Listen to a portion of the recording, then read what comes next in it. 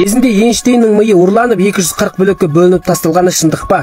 1955 жылы 4 айдың 18 күні 20 ғасырдағы адамзаттың ең ұлы ғалым болған Альберт Эйнштейн Американың жаңа Джерси штатындағы Пристон қаласында өмірден озады.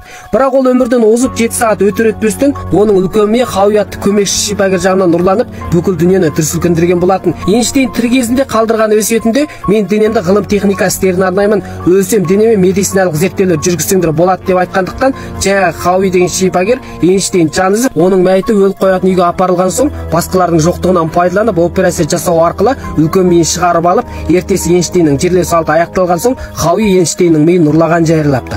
Хабар таралса, бұл үлкен дүмпу қозғап, Эйнштейннің ұлы болған Ханста әкесінің миының ұрланғанын білген соң, Хауиді іздеп тауып әкесінің миын алып кетпек болған. Бірақ Хауи түрлі сылтауларды айтып, әкеңнің миын ұрлауым ол кісінің миының қарапайым адамдардың миынан қандай артықшылығы бар екенін, және оның миында сірә қандай хикметтер бар екенін зерттеу, әрі ондағы құпияқтарды тауып шығу. Егер шындығында таңғажайып байқаулар болса, онда бұл бүкіл адамзаттың ғылымына зор үлес болады деп, ақыр аяғында Эйнштейннің ұлы да әкесінің өсиетін есіне алып, Хауидің миды зерттеуіне қосылыпты.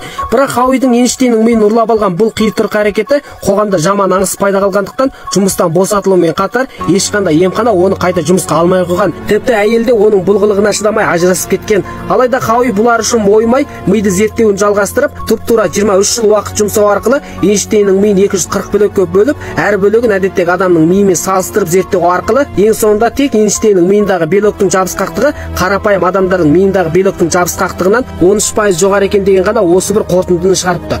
Осылайда Хауи Эйнштейннің миын ұрлап, барын тастап, 23 жыл зерттегенде түкте пайдасы жоқ нәтижеге қол жеткізген екен.